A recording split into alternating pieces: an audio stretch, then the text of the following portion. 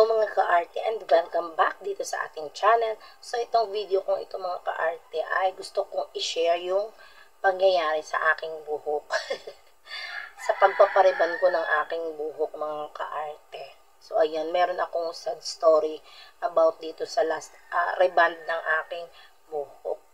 Yan, alam niyo ba mga ka-arte, ito nga mga 3 weeks ago na yata akong nakapagpariban. Mga ganoon na kasi nakauwi na kami sa amin eh. And kaya nga ako nagpariban mga ka-arte kasi yun nga dahil yung pag-uwi namin sa Quezon. So, syempre, para naman pagdating doon, paka-aura-aura ka, arte magmaganda. Ayan, nagpiesta kasi kami mga ka-arte sa amin sa Quezon. And bukod sa piesta, ay nagkameron din kami ng second grand alumni yung aking high school. So, dahil magkasunod na araw naman, so, ayos at naka-attend din ako mga ka-arte. And grabe, nagbakasyon grande talaga ako doon. Namiss ko yung aming lugar kasi matagal-tagal din akong hindi nakauwi doon mga ka-arte. Yan, ito na lang ulit ako nakapamiesta doon sa amin. So, syempre, bago ako umuwi doon mga ka-arte, ay kailangan kumbaga maganda yung ating aura, yung itsura natin pag uwi doon. Ito nga, tamang-tama naman ang aking buhok bago ko ipariban mga ka-arte ay napatubo ko siya ng 1 taon. Hindi ako nagpariban ng aking buhok 1 year. And nakakatuwa for the first time pa naman mga ka-arte na yun yung pinakamatagal na ulit ng aking reband. Kasi kalimitan minsan 5 months nagpapariban na ako kasi kulot nga yung aking hair so kita agad. Minsan 5 months, 6 months nagpapariban na ako. So, napatagal ko siya ng 1 taon. Yan, yun yung nakakatuwa. Kaya sabi ko, nung bago pala ako magpariban nun, siguro naman ay makakatikim ng maayos-ayos na riban yung aking buhok. Kasi nga 1 year yung itinagal niya. Ang ginawa ko lang mga ka-arte nun is, tanda ko yung last na ginawa din doon is, bago ako magpariban, nagpa-Brazilian treatment ako. So, yun naman talagang Brazilian naman talaga mga ka-arte is parang pang-maintenance sa niribanda buhok. So, yun, nagamit yung aking buhok or tawag din eh. Ito yung iminodel nung inatinda namin ng seminar. So, yun. Yun yung tanda kong last na ginawa sa aking hair, yung Brazilian treatment. Then, syempre, nagkulay din pala ako ng aking buhok. Pero alam ko wala namang problem kung nagpakulay ako or Brazilian treatment kasi Brazilian treatment nga is treatment lang. So, parang binubuhay niya yung buhok, pinatitiba niya yung buhok. Kaya alam ko hindi siya makaka-apekto dun sa kung sakaling ako ay makaisip na magpa-reband. So, ayan. Ayan nga, syempre, excited na ang inyong ka-arte, nagpa-reband ako ng aking buhok. Punta ako dun sa naghahawak ng aking buhok. Hindi ko sinisisi yung naghahawak ng aking hair yan. Kasi sa totoo lang, yung naghahawak ng aking hair, matagal na naghahawak ng aking buhok.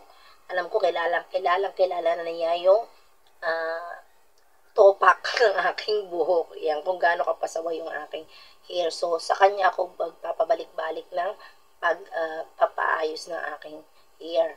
So, yun yung isang problema kasi mga ka-arte. Kagaya ko ako, nahawak ako ng buhok, nagre-reband ako ng aking buhok. Pero pagdating sa sarili ko talaga mga ka-arte, masasabi ko hindi ko siya kayang i-reband mag-isa. Lalo na sa aking buhok na sobrang kulot, napakahirap niyang gawin kung ako yung gagawa sa sarili ko. So, yun yung isang problema talaga mga ka-arte. Kahit gustong-gusto mong gawin yung sarili mo or ako, gustong-gusto ko na kung pwede lang na ako na yung gumawa ng aking buhok, ay ako na ang gagawa, pero napakahirap talaga mga ka-arteng gawin yun. So, ayan, balik tayo doon. Siyempre, nagpariban na ako. And, yun, sinasabi ko naman dun sa gumawa ng hair ko, yung last na ginawa sa aking buhok. So, alam na niya yun. Ako kasi, siyempre, as a hairstylist din, pagka papagawa ko ng buhok ko, yung buong tiwala ko is binibigay ko sa kanya. Alam niya yung gagawin or kung ano yung gagawin sa buhok. So, ganun, kahit alam ko, kahit marunong ako, hindi ko siya para pakialaman na, uy, ganun na, pwede na to, ganun, hindi, ayoko ng ganun, hindi ako ganun. Pinagkakatiwala ko yung aking buhok dun sa gumagawa. Kasi pangit naman yung ganun, di ba, mangingialam ka dun sa diskarte niya yun eh. So, ayun nga, nababad na sa number 1. No, binabalawan ko ng mga ka-arte yung aking buhok, oh my God, may mga lagas-lagas na siya. Pero, yung paglalagas na yun, para sa akin is, Dala lang ng ano, sadya namang minsan pagka nagbabalaw ng ganun is, merong may mga nadadala-dala. So, deadma lang ako dun. Deadma kahit parang kita ko na sobrang andami na niya. Nagpuputol-putol na yung aking hair. Nararamdaman ko na talagang pag ginanon mo yung hair ko, hinila mo siya na ganoon, brittle talaga siya. And rubber guys, alam niyo yung naggaganon, elastic. Ang tawag niya pag ginaganon niyo yung buhok, parang plastic mo. Yan, gumagano, nagbabalik-balik ng ganyan. Tapos, nung mabalawan na nga siya, nung tinutuyo na, oh my God, wala pa rin tigil yung paglalagas ng aking buhok. Parang gusto ko nang umiyak. Pero, parang nagjo-joke lang kami dalawa noon, naghahawak ng hair ko. So, hello, huwag ka mag-alala. Tutubo pa naman ari. Wala, story time lang to, mga kaarte. Tapos, nung tinutuyo na nga, grabe, putol-putol pa rin talaga siya, no? Nakikita ko na natutuyo na yung aking buhok. Oh my God, nakita ko na din, lalo na sa crown area na to, mga kaarte. Nandun na, kita ko na napuputol na. Tapos na-shock ako din eh. Sabi ko, mauubos siya yung aking buhok. Sabi ko, gano'n. Parang, paano ito? Parang, yun nga, gusto ko nang umiyak. Parang, yung kabog ng dibdib ko talagang ganoon talaga. Sabi ko, oh my God, paano ito? Ano magiging itsura ng aking buhok pag naubos? Kasi mahaba yung aking buhok eh.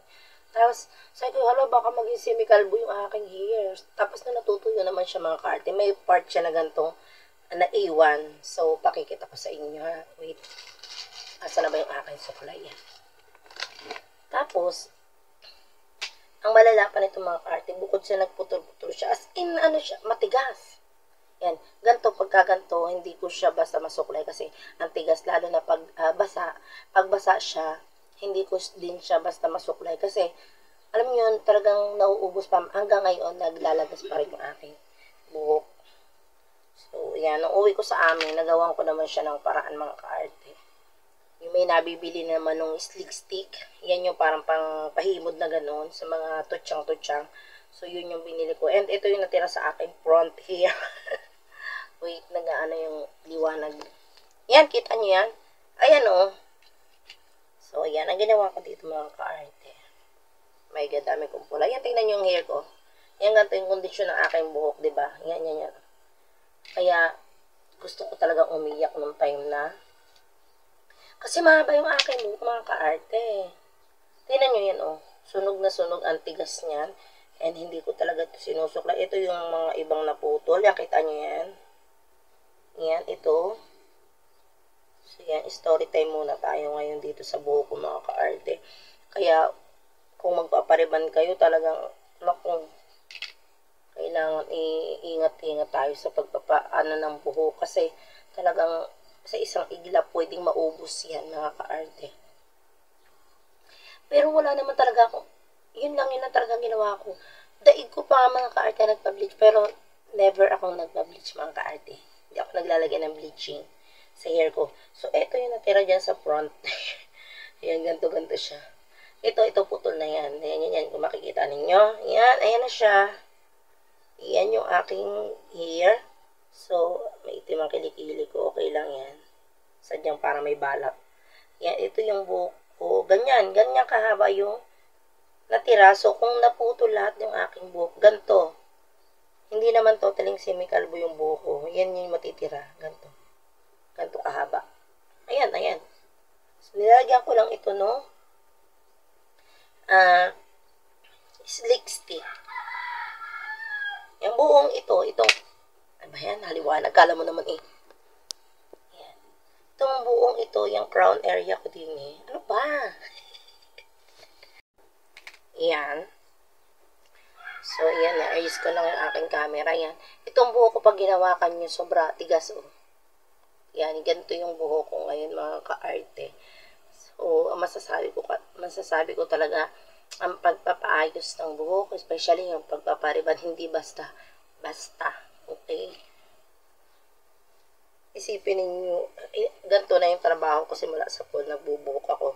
Pero grabe yung nangyari sa buhok ko ngayon, mga ka-arte. Ang dami kong white hair. So, ayan. Makikita ninyo yung talaga. Ano ba naman ito na liwanag? Ayan. Yan, ganyan na nangyari sa akin. Pag nakikita kong gano'n, naliwanag masyado. Yan, ayan o. Yan, ganyan kalala yung nangyari sa akin buhok mga ka-arte. Yung ayaw mong mag-bangs pero nalagyan ka ng bangs. Ito. Ito may mga part dyan na mahaba pero yan o. Tignan nyo. Kita nyan? Ayan o. Yan o. Yan. Yun yung ibang naputol sa buhok ko. Yan o. Pero hindi ako nagbabangs. Yan siya o. Ganyan yung natira. Mga ka-arte. Yan. Ito yung naiwan pa to na mahaba eh. Pero ganyan, ito totoo yan. Tapos sa likod, ganyan din siya. As in, putol-putol siya din sa may pa-crown. Tapos din basta may, ano siya, yung layo-layo naman yung pagka-putol-putol ng aking buhok sa likod. So, sa likod nagagawan pa ng paraan. Dito, yan, medyo na over naman yan. Yan, oh. Ito siya. Ayan, kita niyo. Ano ba namang video ito? Siguro mga ka-arte kung may magtatanong sa akin kung may balak pa ako magpariban kahit na nagkagarnegar na yung akin buhok. Oo naman yan. May balak pa rin naman ako magpariban. Pero siguro sa susunod na pagpapariban ko, mas iingatan ko yung aking buhok. Kumbaga hanggat maaari ko ipa-virgin hair ko siya bago ko ulit siya riban ulit. Kumbaga, dudublihin ko talaga yung ingat ng ka-arte dito sa aking buhok. Dahil, alam nyo, hindi talaga basta yung, alam nyo, yung naramdaman ko talaga nung time na nakikita ko naglalagas na yung aking buhok. Parang, yung aking emosyon ba, yung gusto ko nang umiyak, parang gano'n, na parang, alam ba tagkaganto, parang sa isang iglap lang pwede akong makalbo. Siguro sa susunod na na magpapariban ako mga ka-arte, talagang sisiguraduhin ko ng aking buhok ay handa sa chemicals na ilalagay. Kumbaga, matibay siya. Yan, yun nga, kung makakaya ko mapa-virgin hair nga itong aking buhok is gusto ko ipa-virgin hair ulit itong aking hair. So, bago ko ulit siya ipa-riban. Kasi pag-uusapang buhok talaga mga ka-arte ay napakahirap mga ka-arte. Alam naman natin ang ating buhok is crown and glory natin, diga? Pansin nyo nga, pag di tayo nakapagsukulay ng buhok, hindi natin na itali ng maayos ang buhok, mukhang ewan tayo, diga? So, isipin pa natin kung mawawala yung ating buhok. Sobrang mas sakit-sakit, para nakakaiyak. Naiisip ko ang mga ka-arte din noong time na yun, yung paano na lang yung mga taong, alam nyo yun, yung mga may karamdaman na kailangan mawala yung kanilang mga buhok. Yan, nagigets nyo po ba yung ibig kong sabihin? Yan, yung mauubos yung kanilang buhok, diga? Ganoon. Parang lalo na sila, parang sakit-sakit na sa kanila na yun nga, mawawala yung kanilang buhok. Yun. Tapos ako, ganun din, sabi ko wala. So, ganun, parang sa isang iglap lang, pwede pala ako makalbo. Yan. Kaya, sobrang mix yung aking emosyon noong time na yun. Tapos, buti na lang at kahit pa paano, mayroon pa rin natira sa aking buhok. Hindi siya yung sagad na kalbo. Kumbaga, kahit pa paano may naiwan siya na ganito.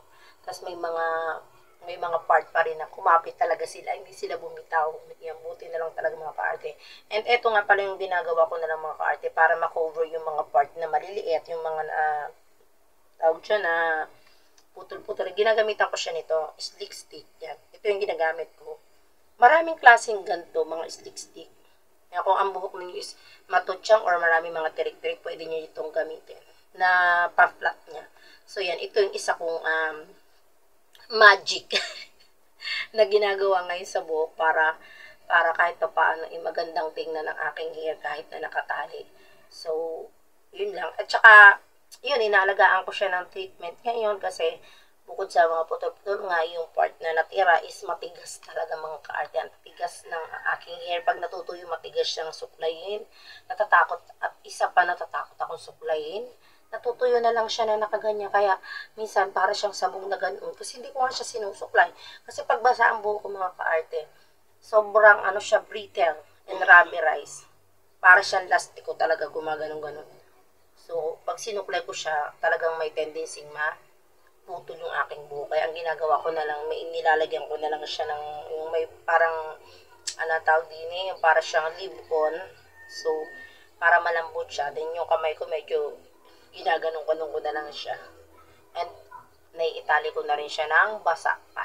Kasi hindi talaga pwedeng inuhay mga ka-arte. Mukhang ewan.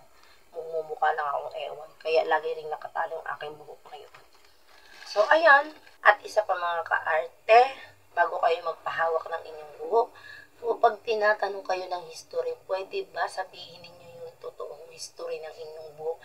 Kasi, once na nagsingaling tayo dun sa gagawa ng ating buhok, ay tumbling talaga kayo dyan. Yan, diba? Kaya minsan, tinanong naman kayo, hindi na problema, minsan hindi kayo nagsasabi ng totoo kapag nasira na si buhok nyo o ano gagawin, diba? Yan, kaya kailangan maging totoo tayo or yun nga, honest tayo sa gagawa ng ating buhok, okay? Kaya nga tinatanong ang history para malaman or ma-check kung pwede ba gawin sa iyong buhok yung gusto mong gawin, okay? So, ayan lang naman mga ka-arte. At hindi ko napapakahabaan pa itong aking video. Nag-story time lang ako sa inyo. And ayan lang. Siyempre, kung hindi pa kayo nakasubscribe dito sa aking channel, ay makikisubscribe naman po diyan. Alambing naman po ng isa. And makika-like, share na rin po nitong aking video. And ayun lang. Thank you for watching. Bye-bye!